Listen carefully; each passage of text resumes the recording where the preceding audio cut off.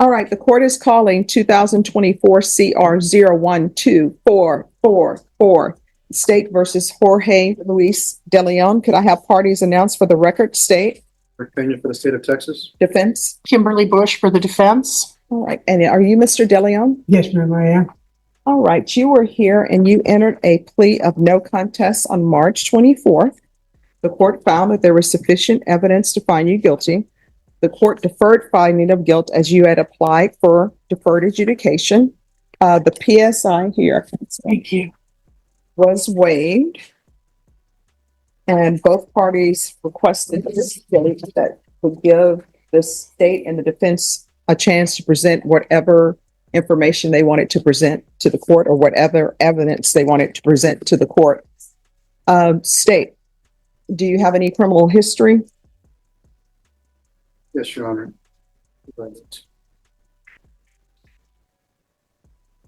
And defense, I'm assuming there's no objection because the court had requested criminal history. I'm not going to object to his criminal history, given that it's something that would be covered in a PSI anyway. Right. As much as I'd like to ask the court just to believe everything I say and go on that basis, alas. Right from the start, notice the judge reminding Jorge that a plea of no contest is treated just like a guilty plea. This is huge because it means sentencing can move forward without him fighting the charges. Yeah, let me see if I have a copy. Well, while they're looking for that, is there any evidence or anything you want the court to consider or any witnesses, counsel? I would very briefly like to call my client and then his daughter. All right, can you raise your right hand? Do you solemnly swear or affirm the testimony you give will be the truth and nothing but the truth, so help you God? Mr. God. All right, you can lower your hand, state your name for the record. Jorge Luis De Leon. All right, defense, you may proceed. Mr. De Leon, you've applied for probation in this case, both regular and deferred adjudication, correct? Yes, ma'am. Okay. Now, you're asking the court to take a chance on you and to believe that you can move forward in society without getting arrested again or without causing any kind of criminal issues. Yes, ma'am, that is my intention. Okay. What do you plan on doing differently than what you had been doing? Without saying that you necessarily had been. Well, trying to buy my own house and where I live my rest of my life, that particular house, but it's, Okay. So you no longer own that trailer that you were in, no, correct? ma'am, I don't. Okay. And do you own your truck anymore? No, ma'am. Okay. Where do you plan on living and how do you plan on surviving? Stay with my daughter for as long as I wanted there, and hopefully to see my grandsons grow with my grandkids and enjoy it with them. Okay. What do you live on, sir? Are you on Social Security? Okay. And if you remain incarcerated, is that going to stop? No, ma'am. Okay. It won't? Oh, yeah, we'll stop. I'm sorry. All right. Now, this case didn't just happen in a vacuum. You felt that the victims had been, well, tell me what your relationship was to the victim. I found them on the streets, living in the streets. 3 young little kids, their father and a grandfather. All right, so let me just say this. All right, it appears, because I remember what I read in the stipulations. He has tools. He was working on his vehicle. He felt like the complainants were stealing his tools. Now, here's my question. How old are you, sir? 72. All right, how old are the complainants? Here's a big moment. Jorge is asking the court to take a chance on him, but judges don't just hand out probation. They want concrete reasons to believe someone won't reoffend. What do you think? Should age be enough to sway a judge? Approximately 34. Approximately 34. All right, so here's my question. State, have you had contact with the complainants? You attempted, Your Honor, yes. All right, so does that mean no? You attempted, but there was no contact? He had a criminal charge pending. We tried to get his defense attorney's permission to speak with him. Once we got it, we attempted it. He hadn't respond. All right, so sir, here's the thing. I don't know if it's true that somebody was trying to steal your tools or not. It appears that you thought that they were stealing them. And the reason why I say that is because in the stipulations, you tell the officer that you believe they were stealing your tools. Yes, All ma'am. right. Here's the thing. You can't use that type of self-help. You can't pull a gun on somebody and say, hey, you better give me my tools. That's not the way it works. You shouldn't do that. You understand? Yes, ma'am. The other thing is, I understand that people want to help people, but you can't take in complete strangers. If you see, because you're not Child Protective Services, if you see somebody who's living on the street and they have children with them, honestly, yes, it's great to say, here's some money for you. But it may be even better for you to call Child Protective Services and say, these people are homeless, they're living on the street, I'm going to let them come stay with me. Because you know what would end up happening? CPS would have investigated you and would see if that's the appropriate place for you. Now, you know where we are now? Yes, ma'am. Now where we are is they're not living there anymore, I'm assuming. So that means that the children are somewhere, who knows where, in the street, because you didn't proceed the right way. Do you understand? Yes, ma'am. Now, I'm going to give you a choice. The state has offered you 3 years. I've read this case. I can sentence you to 2 years in the prison, or either I can give you deferred adjudication. Those are your two choices. There's no other choice for you to make. 2 years in prison or either deferred adjudication. Perfect. All right. And with deferred adjudication, if you are unsuccessful and a motion to revoke is filed, you're looking at potentially 20 years in the prison. Do you understand? Yes, ma'am. Do you have a place to stay? Yes, ma'am. Who will you be staying with? With my daughter. Who is present in the courtroom today All right. Thank you. and has been present at All every right. And hearing. if you can, anybody else want to ask him any more questions? No, I just have the criminal history whenever you're ready. All right. If I could see his criminal history, please. And there it is. Judge Boyd makes it crystal clear you can't use vigilante justice to defend your property. Pulling a gun over stolen tools might feel justified in the heat of the moment, but legally it crosses the line into serious felony territory. And can I have his daughter come up? Mr. Leon?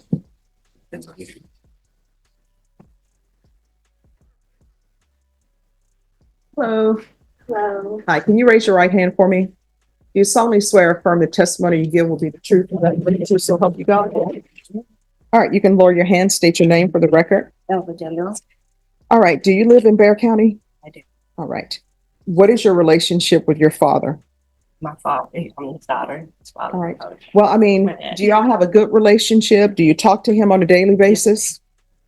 Does he has any mental health issues going on with him? No. All right. When you say not that you know of, because I'm seeing that in his past, he has some driving while intoxicated going on. Yes, ma'am. And maybe, no, I don't think so. He's always been nice. I mean, Okay. Any anger issues with you? no, ma'am. All right. So you're going to allow him to live with you? Yes. Okay. So here's the thing. If you're allowing to live with him to live with you, I require that probation do field visits. So they're going to do field visits. So you can't say, well, I don't want probation to come here. Well, I mean, you can say, probation, I'm not going to allow you to do field visits. Then you know what's going to end up happening? He's not going to be allowed to stay with you. You understand? Yes, ma'am. Has he ever had any mental health issues in his past? Do you know? No. All right. Any other questions from either side? No, ma'am. All right. Thank you. Your Honor, it sounds like you don't need any argument. No, I mean, it appears to the court, and if my appearances are incorrect, please let me know that this was an argument over tools and state you're silent. Yeah. So Yeah. the fact that the state is offering 3 years prison, when you think about what you're charged with, it's not a lot of time in the sense of what the range of punishment is. I know any time in custody is a lot of time, but the court is going to grant your application for deferred adjudication. And does your daughter have any children living with her at her home? Yes, ma'am. What are their ages? They yes and Are they minors? yes. All right, he's not allowed to babysit. And what I can tell you is if the children are in the home, there needs to be another adult in the home, not him. He's not allowed to do that. Do you understand? All right, thank you. This is a fork in the road. Deferred adjudication gives Jorge a lifeline. Avoid prison now, but if he slips up, he faces up to 20 years. It's like being handed a second chance with a ticking time bomb attached. All right. When's the last time you had alcohol? Was it before the arrest? I gave alcohol to, well, 10 years ago. All right. Miss Abrams, this is what the court is going to do. It's going to be 6 years deferred adjudication, an affirmative finding of deadly weapon, affirmative finding of family violence. There's to be no contact with Daniel Leal, that's the complainant. A $1,500 fine to be probated, 6 years deferred adjudication. I'm going to allow you to do outpatient treatment. I'm going to allow you to do your TAP evaluation out of custody. If you miss that appointment, a motion to revoke is going to be filed. You understand? Yes, ma'am. So we'll do a TAP evaluation out of custody. Follow recommendations. And probation, if they recommend inpatient treatment, we'll start with intensive outpatient treatment. There's going to be 90 sober meetings in 90 days. There's to be no unsupervised contact with minors. The judge just granted deferred adjudication. That means Jorge won't go to prison today, but the conditions are strict. And here's the kicker. He's barred from babysitting his own grandkids. Do you think that's fair or too harsh? Regular reporting by Zoom or in person. Regular random UAs. Are you employed or on SSI? No, ma'am, I help people who need help or All right. anything that I think. Carpentry. Are you on regular retirement or just Yes, disability? regular retirement. All right. And how old are you? 72? 72, ma'am.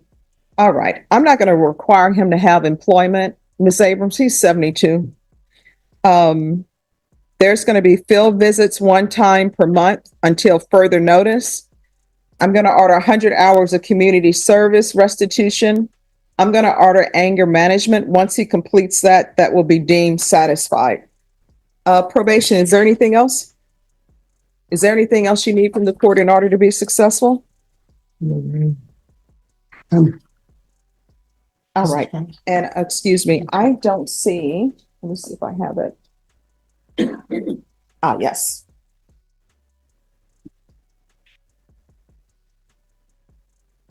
All right. Did you review the trial court certification of defendant's rights to appeal with your attorney? Did you understand it and sign it? Yes, ma'am. Because this is a plea bargain agreement, because I followed your plea bargain agreement, and because you waive your right to appeal, you do not have the court's permission to appeal. Do you understand? Yes, ma'am. All right, we can go off the record. You're going to have to, you're 72.